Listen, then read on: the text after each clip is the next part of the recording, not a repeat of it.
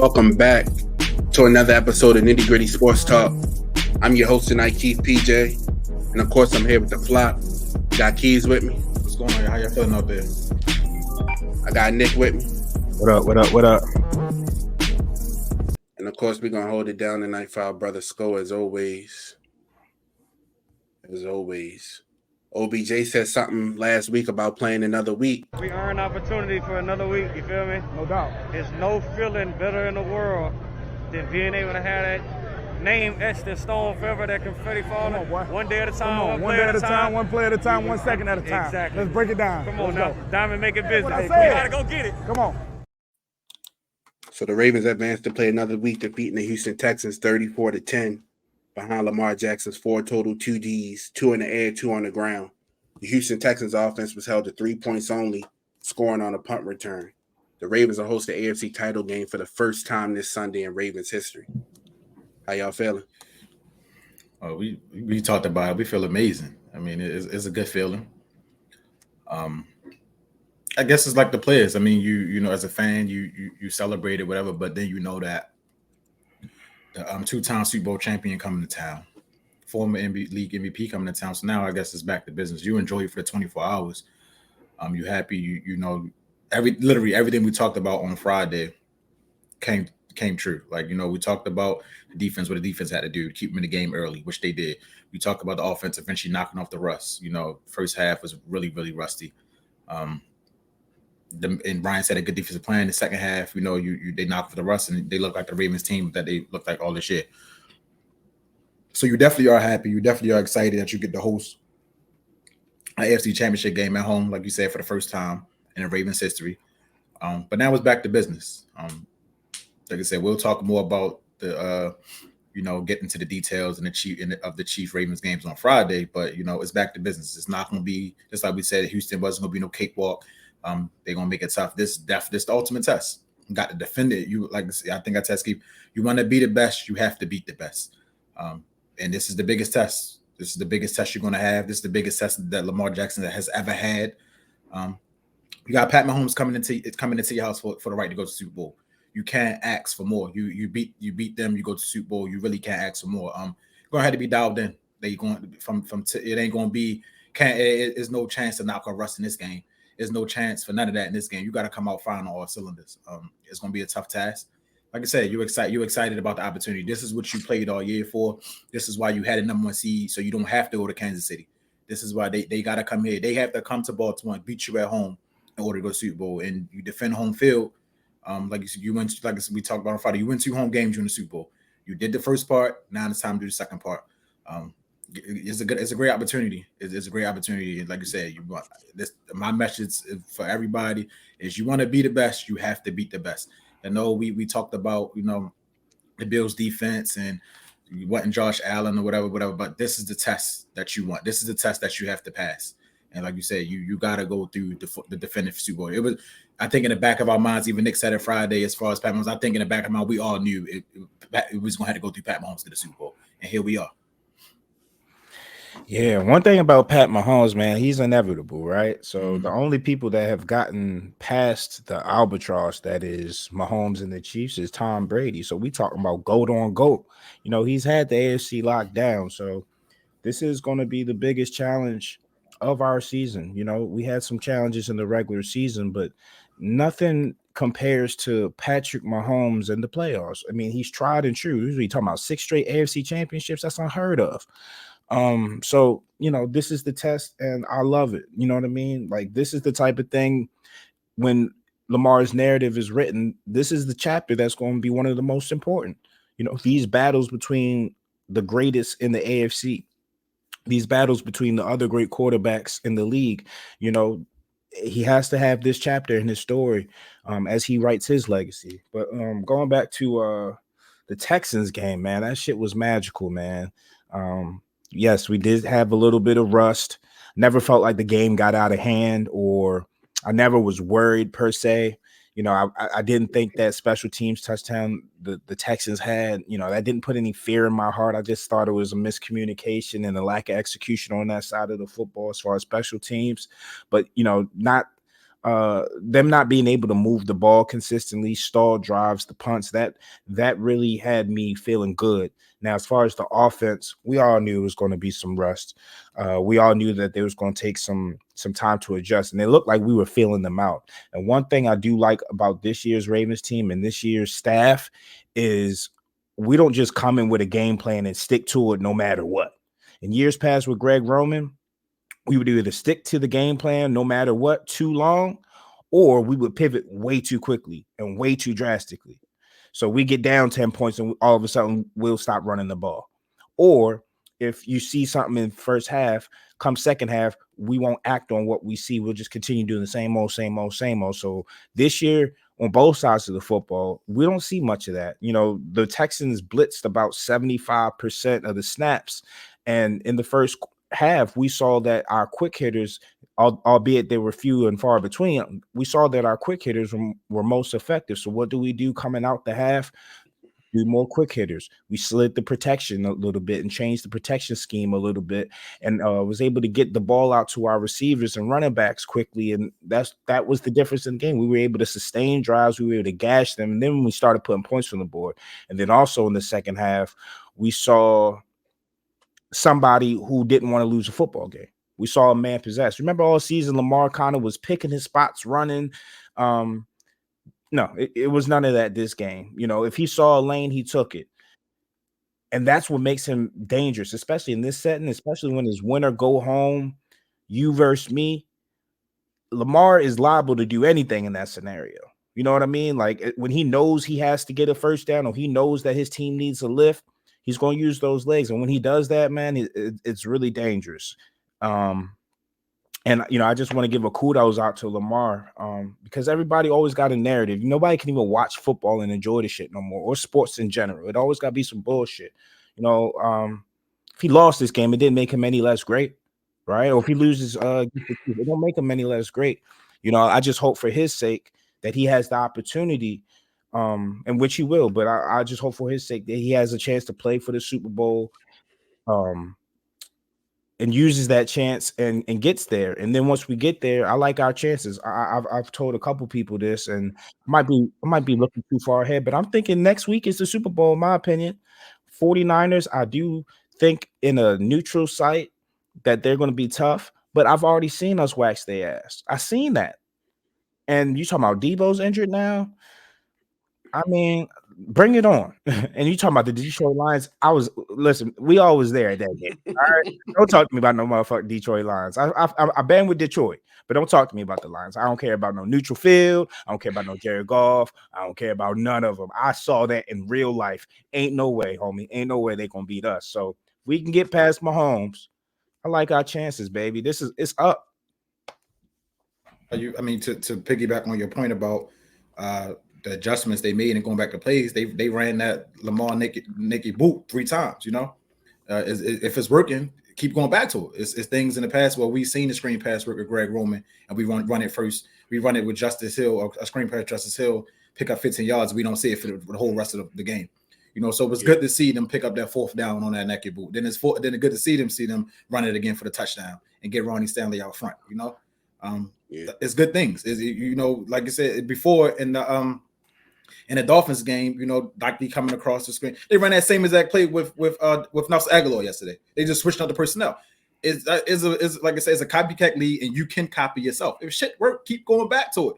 Obviously, it worked 2 times against the Dolphins, and it worked again Saturday against the Texans. Like, keep going back to it. Shout out to Monkton, man. He be in his bag. He definitely be in his bag. No, I fear that the Ravens may lose him, you know, especially if he keep on with these type of offensive performances. But you know, he be joining it up, and I'm glad that was the hire. I'm glad, you know, that, like you said, in the beginning of the year, they had the training wheels on, and lately, you know, last couple weeks of the season, they took them off, and like, to your point, like, Lamar did not want to lose the game. We ain't seen him run like that all year. And he just taken off, and he completely put that team on his back. You know, defense played what they had to do. Defense played outstanding.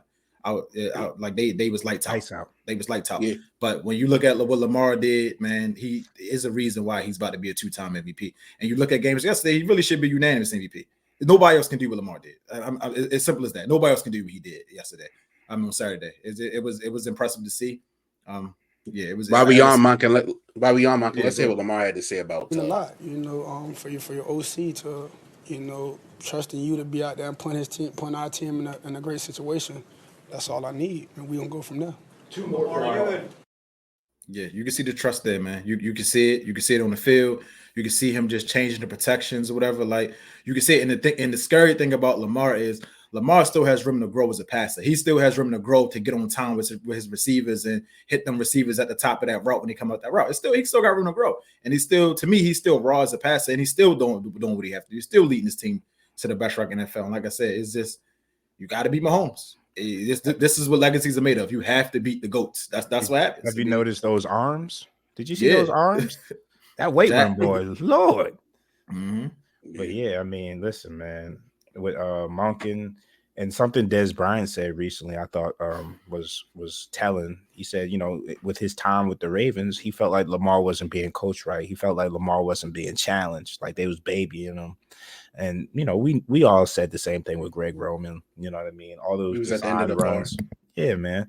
So everybody knew the same thing. All you had to do, and then one thing he did say about Monken is Monken learned Lamar, and then built around Lamar's skill set, and gave him that ability to check at the line, bro.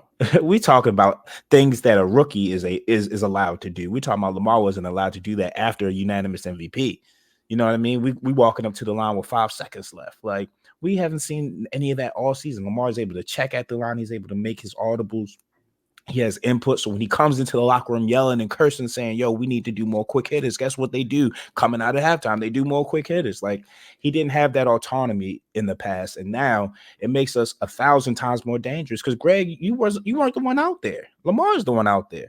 You know what I mean? So he's saying it for himself, and he knows what's best. Now, will it always work? No. That's execution, and you can't win every game, but shit, it seemed like every game this year we've had a great chance to win, and that gives me solace too, knowing that we've been in every game we played this season. Every single game. We've never had a game in which I felt like, dang, like we just don't have a chance. Mostly, I think almost every game we went into the fourth quarter with a lead. Or within one score. Yeah, I think they said we've had the lead in like almost every game in the last few minutes of the game. I like our chance. You spoke about autonomy, Nick. Lamar's leadership has been on front page. He talked about that Saturday night. It'd be inappropriate if I said it right here. It would, but yeah, we wasn't really doing anything, to that defense. They was playing great, and that offense was playing great as well. But we wasn't doing our job, with our unit. In second half, we went to put points on the board, start moving the ball, moving the chains, and start looking like ourselves. Lamar, take us through.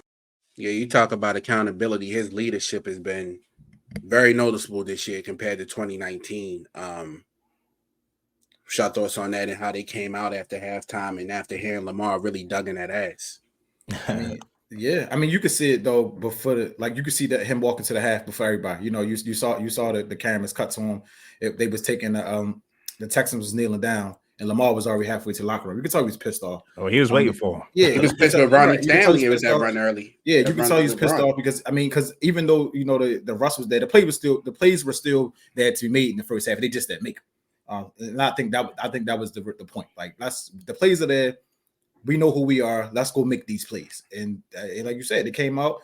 First play out the second half, they threw a 4-3 yard out to Justice Hill, and it was go time. They adjusted. They made the adjustments. Defensively, they made the adjustments, and it was go time. I like our chances with Lamar at the helm. I really do. I'm feeling more confident than I ever have. I don't want to be overconfident because, like you said, it's Mahomes coming to town. I'm not going to not give Pat Mahomes a chance. Like that's just not going to happen. But I like our chance. I've been liking our chances since that Detroit game. Honestly, that opened my eyes up a lot. Yeah, man. One thing I'm looking forward to seeing this week. Mark Andrews was practicing in full last week. He just didn't get the clearance. So I'm thinking, this week might be the week he's ready to go. My I don't want to say concern, but one thing I do want to look into is to see how we can both incorporate Mark and Isaiah And when you have two or three tight ends on the field, they like to use Ricard as an extra blocker sometimes too. But when you have tight ends, multiple tight ends on the field, you got to take a receiver off. Not the worst thing in the world, especially when likely he's mossing people weekly. But we have to figure out the right cadence for that. And Charlie has been playing well, man. Charlie's been playing well. Playing well. He's playing well. So I mean, it's an abundance of riches. It's a good problem to have. But we've had a real chemistry with Isaiah. Isaiah, Lamar was through a pick, and Isaiah was like, "I need you to throw it up. I need you to throw up." Next opportunity Lamar had to get him the ball in that same type of situation, he threw it up, and Isaiah made a play. It seems like anytime you just give Isaiah an opportunity to make a play, he comes down with the ball, and that's important because that's a trust builder, right? That's the reason he keeps getting the ball in those situations. I think he's had in the last 6 or 7 games, he has like 6 touchdowns. Like he's consistently getting these red zone look. He's consistently getting these 50-50 jump ball opportunities because he makes Lamar look good. Even when Lamar might be wrong. Lamar might be throwing in double coverage on the run. So what? You know what I mean? Like Isaiah makes plays. So I would love to see how we can both incorporate an all-pro Mark Andrews, not to disrespect Mark because Mark is Mark. But he's arriving, man. Yeah. I mean, it was well documented. Lamar Jackson only had 1 playoff win coming into this game. This is what Lamar had to say about the noise. You're having 1 playoff win over the course of your career. Have you heard that? Did it motivate you? I heard that. What's that? I heard that. I seen it. I don't even got to hear it. I see it, But it is what it is. I really don't care about what people say. I'm trying to win day in, day out. Every time I'm on that field, I'm trying to play to the best of my ability. Those guys just had our team number in the past, but it's a different team, like I've been saying, and we just got to stay locked in on what's ahead of us. I mean, now that he's got that second playoff win, is it the pressure's off? He's playing with house money, or? Nah, because if he loses next week, the question all winter and spring and summer is, can Lamar Jackson lead the Ravens to a Super Bowl? It's going to be the same question repeated because everybody's about engagement and clicks and controversy and dumb shit. Like it should be ridiculous. But again, he loses next week. He's still great. He's still a legend. The fuck you talking about? But you know what I mean? It don't take the pressure off. It don't take the pressure off till he hoisting that trophy. He telling everybody to shut up now. I can't wait till we win and he get into people. He start talking his junk. I can't wait. Because he deserves it. He deserves it. Man. We definitely remember. I think I talked about it Friday. If you could come in and you could pressure CJ Stroud 20 plus times for me, that was the magic number. It was going to be a long day. They ended up pressuring him 27 times, the same amount they did in the week 1 matchup. Didn't sack him, but the pressures were enough to just you made him look like a rookie finally on Saturday night. That intentional grounding, that told me all I needed to know. He was just at some point he was seeing ghosts. And so that defense has been lights out. I've been on Mike McDonald probably since October, but he's risen to the occasion in every aspect. P. Queen has something interesting to say about the fans in the stadium, and to me, it was real loud. Yeah, it got loud. It got loud quite a few times. You can see they had some false starts here and there. That's how we need the bank. We need it rocking like that every time. Yeah, it's going to have to be the same thing this Sunday. Like, the bank's going to have to be rocking. You got to have to get the crowd involved. Going to have to get pressure on Mahomes. So I'm looking forward to it, man. It's first time in history Baltimore hosts the AFC title game, and I'm excited, man. Before we get off this, I wanted to definitely give kudos to D'Amico Ryan, CJ Stroud, and the Texans. Y'all ran into a buzzsaw. It wasn't y'all fault. It's us. Sorry. Right. It wasn't y'all fault, but kudos to a great season, a great start to the rebuild.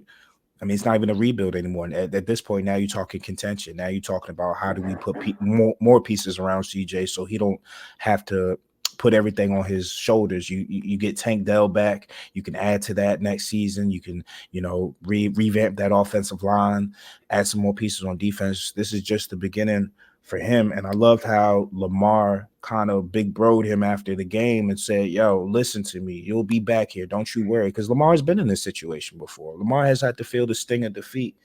And, it's not a fun feeling, but at the same token, I definitely appreciated that moment between Lamar and CJ.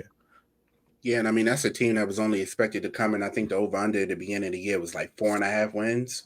Yeah. To surpass that, to get a playoff win, we've been saying that we thought this would be Jacksonville's division for the next 2-3 years, but that's shut down now. That's dead. This is Houston's division. Indianapolis is right up there. And so the ties have shifted quick, and that's kudos to D'Amico Ryans and CJ Stroud and the culture that they're building. Derek Stingley in that secondary, Will Anderson, like they got a lot of tough young guns. And trust me, this won't be their last time that they're in this situation. They'll be back. I believe that. We'll see him next year. First place teams. We'll see him next year again. You know. Yeah. I mean, damn, Trevor. Damn, Trevor. Yeah. It flipped quick for Sunshine. We've alluded to it, but the Ravens will go on to face the Chiefs, who went into Buffalo and won 27-24 behind Pat Mahomes' 215 passing yards and 2 passing TDs. Buffalo cannot get over the Kansas City hurdle. What were y'all thoughts about the game? I mean, I think we talked about it on Friday. We won. This was a great game. It was a good game. It was good to watch. It was good to sit down and watch. It was good with the back and forth. Like you said, it's documented. It's well documented. Not even this season, past seasons. Social media. I've been on Josh Allen, but this wasn't Josh Allen's fault. Josh Allen played his ass off. He did what he had to do. He basically tried to do what Lamar did and put his team on his back. I mean, and I will get to McDermott, but I think coaching failed him. I think to Nick's point that he's making all season, Stephon Diggs failed him. Trying to force the ball to Stephon Diggs. Stephon Diggs dropping balls. I mean, I wasn't on Stephon Diggs because I was looking at his stats and, basing that saying, he's had a good season, whatever. No, but Stephon Diggs pretty much cost him the game yesterday because Josh Allen forced him to him early, didn't complete it. He threw him the ball late. He dropped it. And then he lost confidence in him. Stephon Diggs is wide open on the last couple of plays. He ain't throwing the ball. He lost confidence in you. So, I'm not going to blame one player, but Stephon Diggs has a lot to do with this. I think he definitely played his last snap in Buffalo. But like I said, shout out to the Chiefs, man. To go on, it was well documented. This is Pat Mahomes' first road playoff game. To go in it's at Buffalo with that crowd, that type of weather, the wind gusting. And he showed up. He showed why he's a 2-time, Super Bowl champion. He played his ass off. Like it was like everybody knew that even if the Bills made that football, that made that field, Pat Mahomes was going down. It was just enough. Like he was that. He played that well that you didn't have no ifs, ands, or buts about what Pat Mahomes was going to do with the ball. So yeah, my biggest takeaway from the game is Pat Mahomes showed up, and this game not on Josh Allen. This game he played. Josh Allen played well enough to win. His team let him down. His coaching definitely let him down. But it was a great game. It was a good game to see. I just don't know about the only thing criticism. I don't know about that Buffalo championship window. Like they got a lot of free agents. And they don't got a lot of money. It's closing now. And they've been to the AFC Championship. They've been past the divisional round. They've been past the division. They've been in the division the last couple of years. I mean, they only been to one AFC title game from now. Yeah, one AFC champion. So that they got blown out. That Super Bowl window is closing. It's definitely closing. So like I said, they played well enough to win. I think their coaching really, really let them down. Yeah, I mean, listen, bro. Again, I'll say it again. Who else has gotten past Patrick Mahomes? Right. So we can make this. We can. It's only one. It's only one. So Burrows and Brady, ain't it?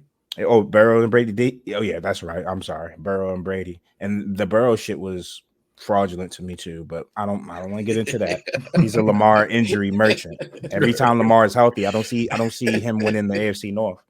You know what I mean? But as far as Josh Allen, the Bills, they got to figure out a way to get past the hump. I mean, I always say football is a team game, and last night showed you football is a team game.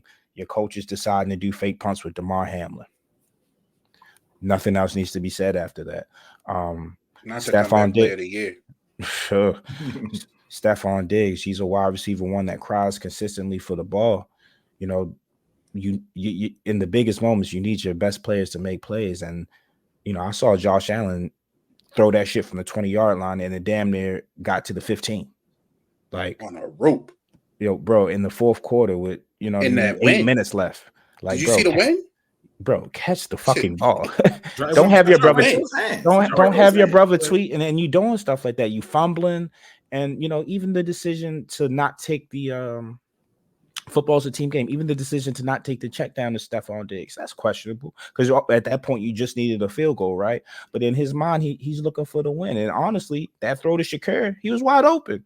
You know, if Chris Jones wasn't or his lineman wasn't, now Romo said he got hit and smacked. He didn't get smacked, but he threw off his back foot because the lineman was getting pushed into him. Chris Jones won his rep.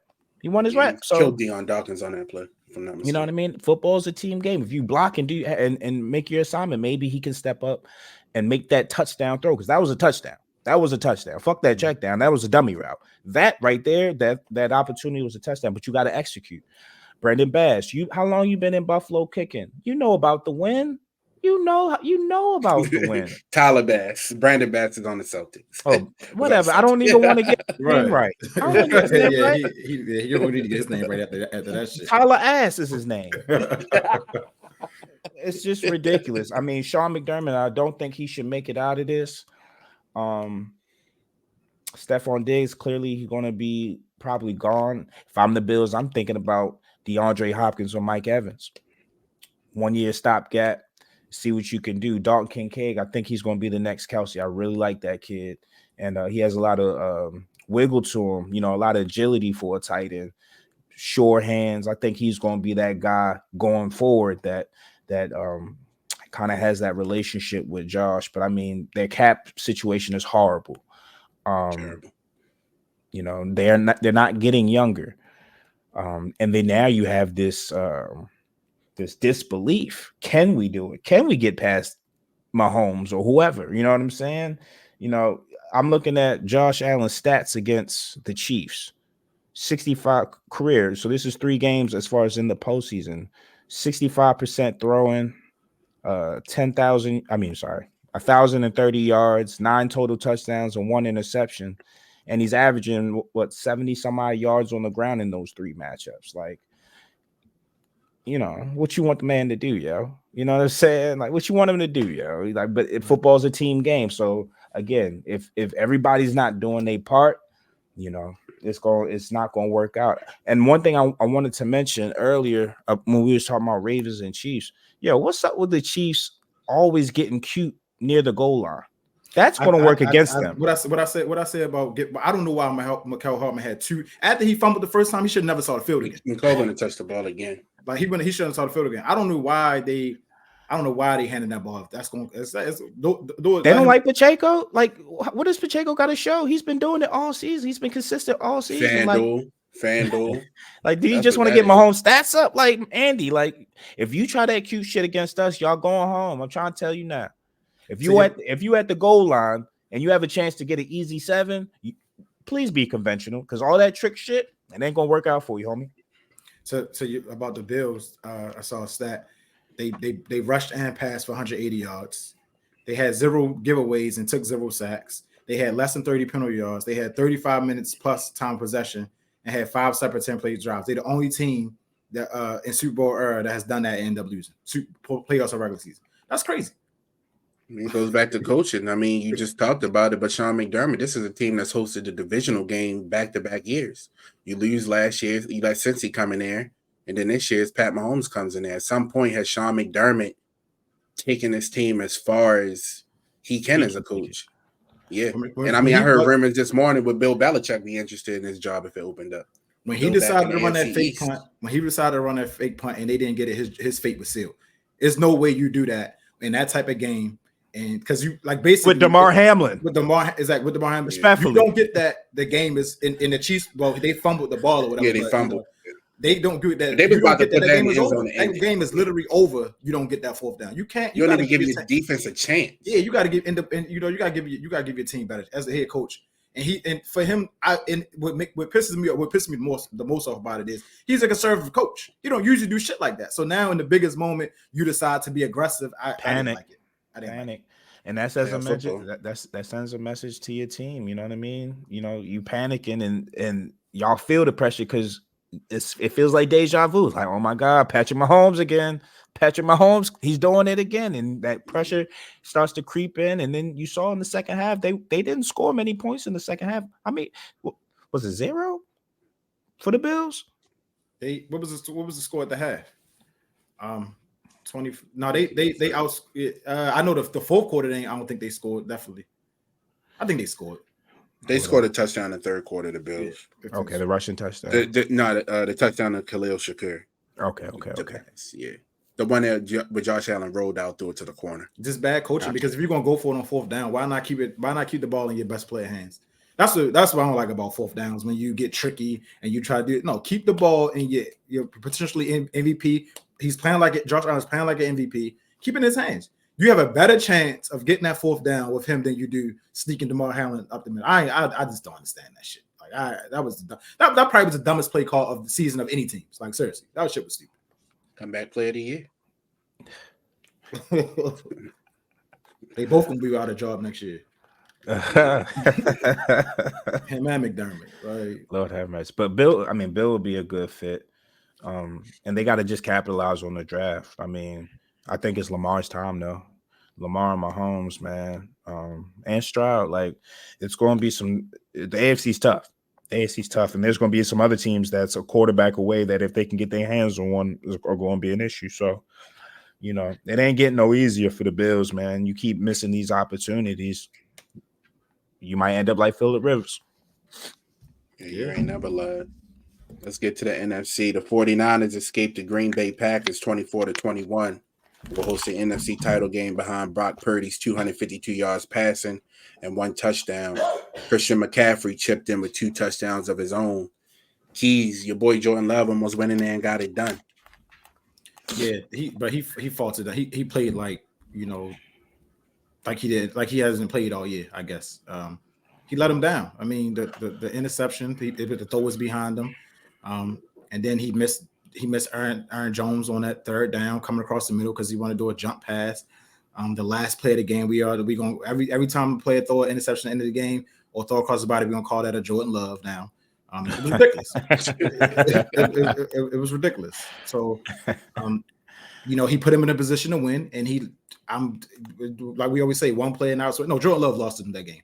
He started doing dumb stuff. The passes that he was making all game, all last 8 weeks of the season in Dallas again, he stopped making them passes. The 49ers ain't played well enough to win. They did not play well enough to win.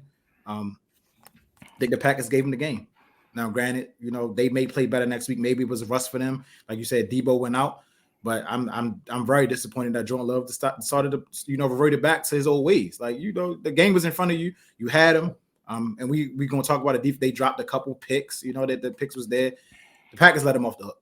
And when you keep making mistakes like that against a good football team, you will lose the game. And that's what happened. And the 49ers was a lesser team. The Packers could have snuck out there, but the 49ers are still, even though they ain't play well, they still are the 49ers. They still are a great team. So you can't capitalize on the mistakes, and when you don't, you're going to lose. Yeah, I mean, I start off by just saying kudos to Jordan Love and the Packers for this season, for coming to this point and for having a great game. Now, I ain't going to lie. By the time this was concluding, I was cooked. Right. I was cooked. So I had to catch the final like 8 minutes on the playback. So when I saw it, though, I did see a quarterback that was pressing. I saw a quarterback that maybe the moment had gotten too big for him, and it's a learning experience for Jordan. I think this will make him better. I think if he goes through this situation again going forward, he won't make those same decisions, and he'll be better for it. And just giving him kudos because for a bag earned. This was a contract year for him too. It's one of those show me what you got type of things, and he showed them, right. So he's gonna get a big bag. So shout out to him. And to Key's point, the 49ers, they did not play well at all, right? And they should be very worried because we saw them have a slump during the season without Debo. So you telling me if there's an opportunity Debo doesn't play now, mind you, I think the X-rays came back. He doesn't have a fracture in his shoulder, but clearly something's up with the shoulder where it's hampering him. They say 50-50. They saying 50. Yeah, they saying 50-50.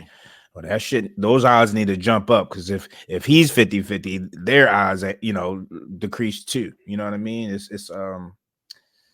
I'll give credit to Brock Purdy for persevering. He did not play the best. Started off very slow, and there was a couple opportunities the Packers had to turn him over, but to be able to have that last drive, make a few good throws, convert some key situations, and then also just be able to keep it in manageable situations so Christian McCaffrey could stay involved. I think he did what he needed to do. If you look across the weekend, I mean, we talk about game-winning drives. He was, you expecting, some of these top elite quarterbacks to be behind some of these game-winning drives, and it was him, with the game-winning drive. So shout out to him and the 49ers for persevering. But if you are coming at the Lions like that, Dan Campbell going to bite some kneecaps. Yeah, they play like that, they will lose. They play like that Sunday, they will lose to the Lions. Because Dan Campbell ain't going to be playing with them, especially you talking about one game to the Super Bowl. He gonna be going for a 4th and 8. You know how Dan get. It's going to be all cars on deck. Talking about the Lions, the 49ers move on to face the Lions, who defeated the Buccaneers 31-23 and will advance to their first NFC title game since 1991 behind Jared Goff's 287 yards and 2 touchdowns. That boy Jameer. Different. Yeah, I mean, like I said, we just as much as we criticize, we gotta give credit. I'm gonna give a little credit to Baker Mayfield. He played well. He played well enough. Like I said, he pulled a Jordan Love at the end of the game. But he played well. I mean, almost 400 passing yards.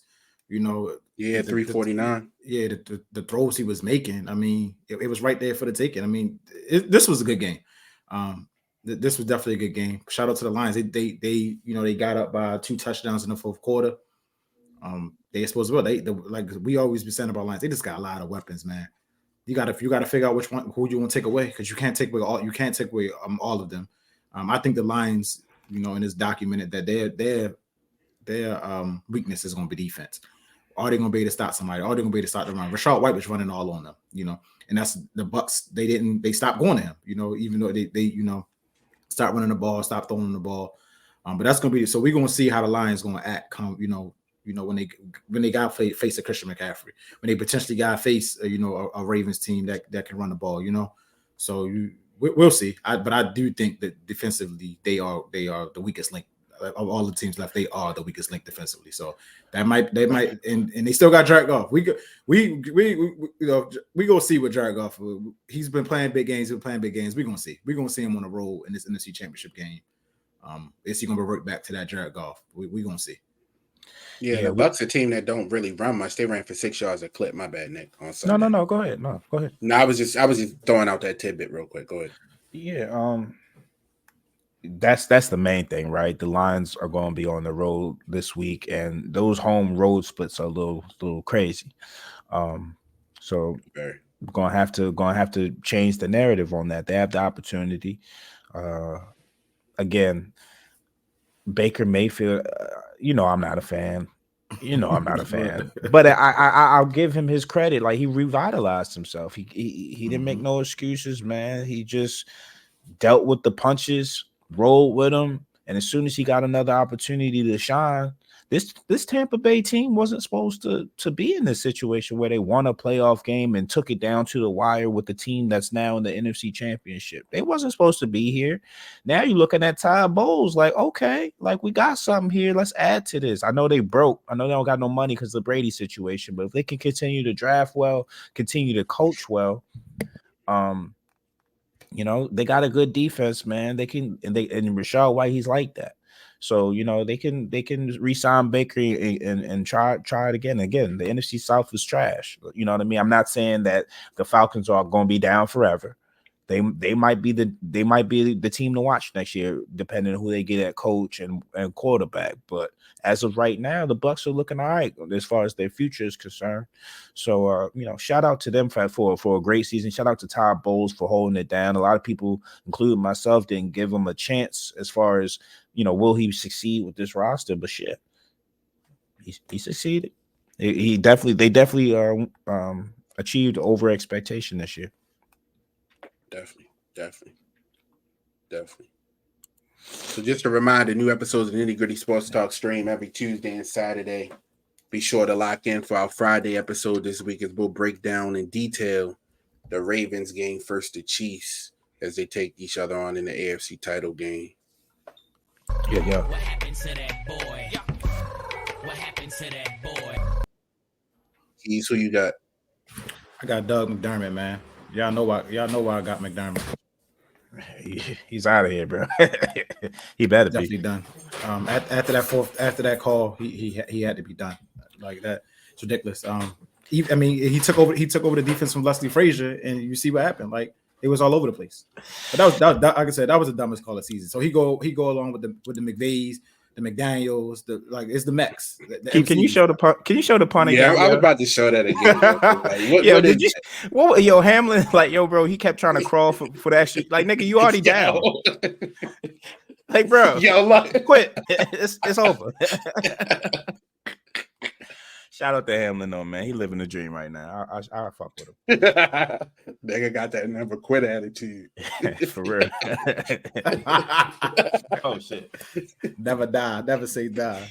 Oh my god. Nick, who you got, man?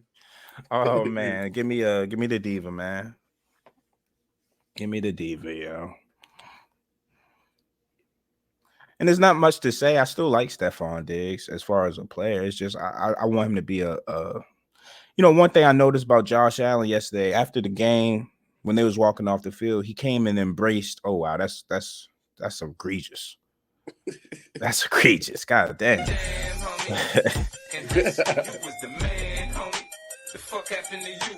But one thing I noticed was Josh when he when they was walking off the field with Tyler Bass, he wrapped his arms around his shoulder, patted his back, and made sure that he comforted him. It just seems like when things go wrong, Stephon Diggs is quick to throw somebody under the bus. You know what I mean? I feel like you're on the same team. You're supposed to protect each other. Even if you feel like somebody cost you a game or somebody's wilding out there on the field, like you're supposed to be, we on the same team, homie. We got the same goals. We supposed to have each other's back. Josh Allen could have said, yo, I'm sick of this shit, man. I threw it to this bum. He going to drop the ball. He going to cry all year. See, me, that's why I'm not in the NFL or something like that, because I would have been talking shit. You wanted to wow me in my worst moments? My turn. You know what I mean? But he didn't do that. He could have did that to Tyler Bass, too. You could have did that to a lot of people, you know what I'm saying? So, I just want Stephon to be a class act going forward. He's 30 years old now. I think he's going to enter that stage where he's going to be a vet or a leader. You know what I mean? His next opportunity, he's going to be looked at as that veteran leader. You got to be a veteran leader, though. And part of leading is not, it's always supposed to be us. It's never I. It's always supposed to be us, man. And I think he can do it, and I think he will do it. I just want to see it. Definitely. Look at Odell. Remember Odell used to have he's selfish narratives. Yeah, I remember that. Big game from Odell Sunday. I'm calling it now. Big game Sunday. I hope so, bro. It's gonna be lit. I can't wait. Yeah, y'all talk about Odell. That's kind of where I'm going with mine. I look on Saturday. I see Odell, Isaiah Likely's, the Zay Flowers, Rashad Bateman's, and it just take me back to a time where I had to say, what happened to Kamar Aiken, man? Oh shit. In high school, you was the man, homie. The fuck happened to you? Boy, Yeah, the Ravens have just come a long way from just any wide receiver out there, yo. So to look out there and actually see my two-time MVP quarterback have some legitimate wide receiver options for once, just weapons. It feels good. We didn't really talk about it, but what about Dalvin Cook? I mean, we saw him in spots on Saturday. Do you think we'll see him more upcoming this Sunday?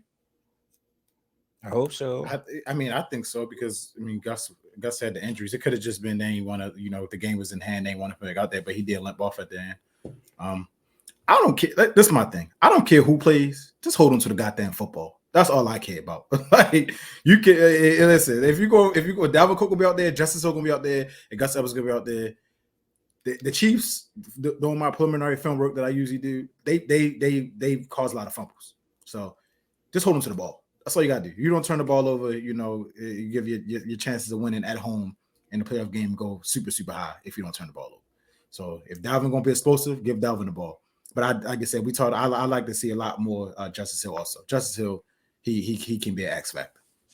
And we didn't talk about it, but Justice had a good game on great game on Saturday. I mean, Justice had how many yards? Justice ran for 66 yards on 13 carries, so 5.1 a clip. Led all running backs and rushing yards. So we'll definitely need that coming up this week. For sure. And I think that's going to be that's going to be one of the keys to the game, like how we attack them on the ground. Because if we can, if we can control time of possession, we can make them more one-dimensional than usual. They already like to abandon the run. So if we can score early, run the ball, kill some clock, and then put Mahomes in situations where we drop 6, 7 people in coverage, try to get pressure with the front four. I mean, listen, bro. In that scenario, Pacheco should eat, right? If we only rush him 4 in that scenario, Pacheco can eat. But if we have a lead and we've had 8-minute drives consistently, it's kind of hard to continue to run the ball when you got to put points on the board. So, I would love to see us make them one-dimensional because they don't have the personnel to sit there and do some of the things they used to do in the past. Right. Yeah, Tyreek Hill ain't running down the field. But Yeah. that's, to your point about rushing 4 and the running game, that's why you got $100 million linebacker. This is the game you need to step up and play games. And just to get one more point about them, they got 3 key injuries. Mike Edwards is hurt. He might, he in concussion protocol. Thuney, he got a pec injury, so they say it's up in the air. And then Willie Gay left the game. That's three. They use Willie Gay as a spy. Mike Evans has been as best safety all year, and we all know what Joe Thuney is. I mean, he might be the best guard. Yeah, he might be the best guard in the league. It's not this week. Godspeed. So 3 key injuries, but once we get back on Friday, we'll know more about the injury report by then. But that's just preliminary how they left the game. How they left the game yesterday. You talk about that run defense. I mean, they gave up 182 yards to a team that don't even like to run the ball yesterday. So that's going to have to be an area that we really. I mean, we'll talk about it Friday, but Ravens really going to have to attack that, and that's one of our strengths. And our defense isn't the Bills' defense. The Chiefs didn't punt the ball until minutes left in the fourth quarter. Like I'm talking about, they were moving the ball every drive. You know what I mean? That's not happening in versus us. We're gonna force some punts at the very least.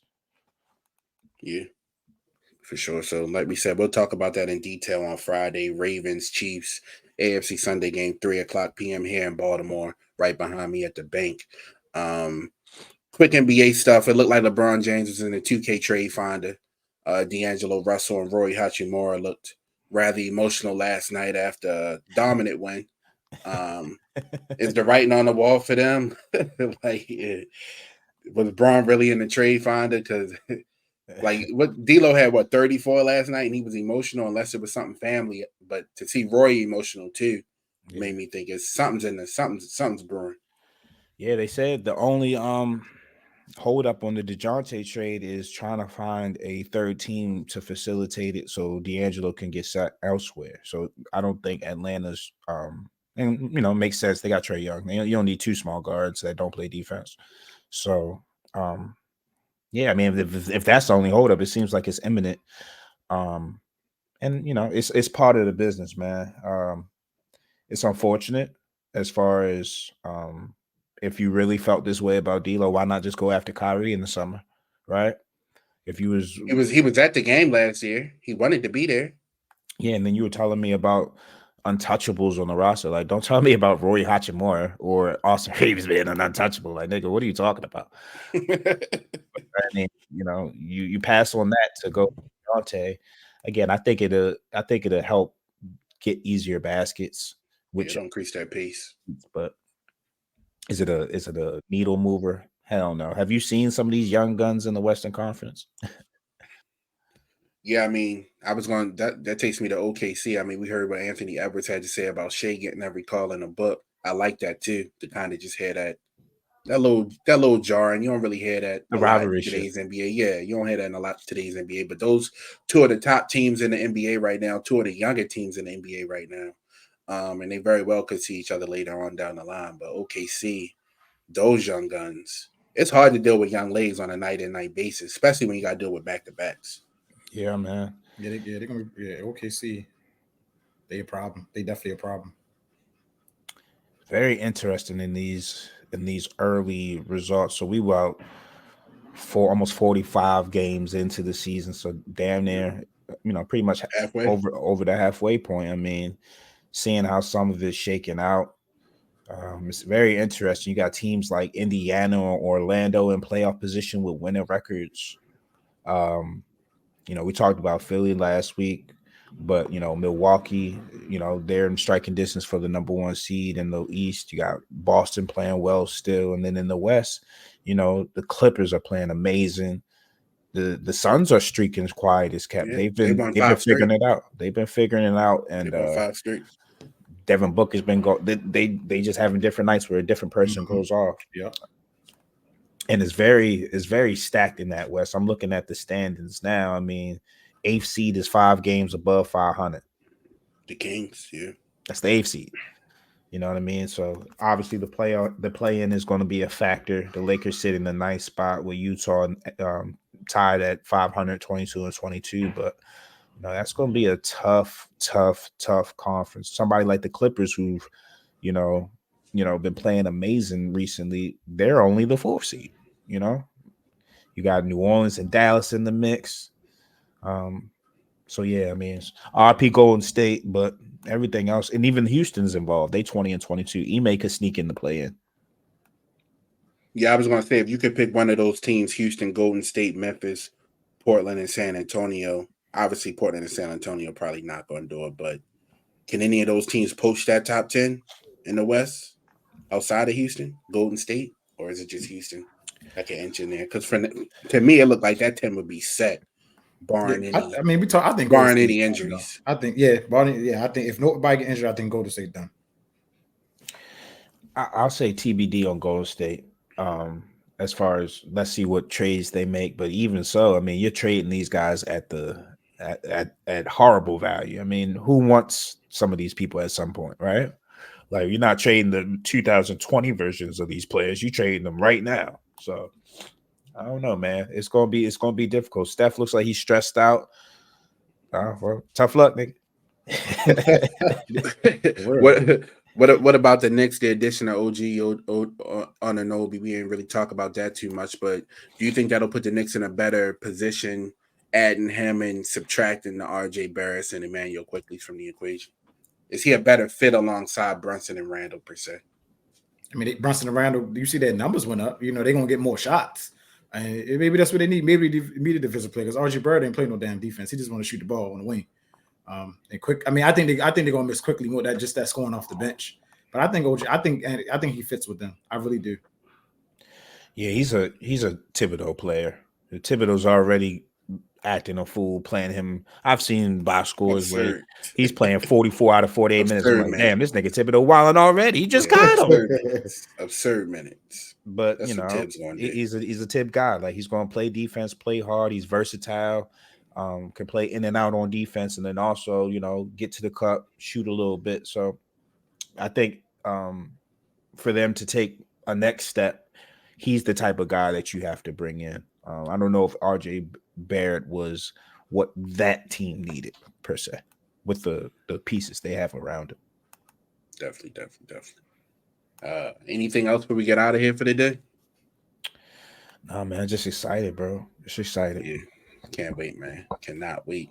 So like we talked about, we'll be back Friday. We'll talk about in detail the Ravens game, first Kansas City. We'll also break down the 49ers and Lions NFC title game. We'll see y'all back here on Friday. Stay blessed.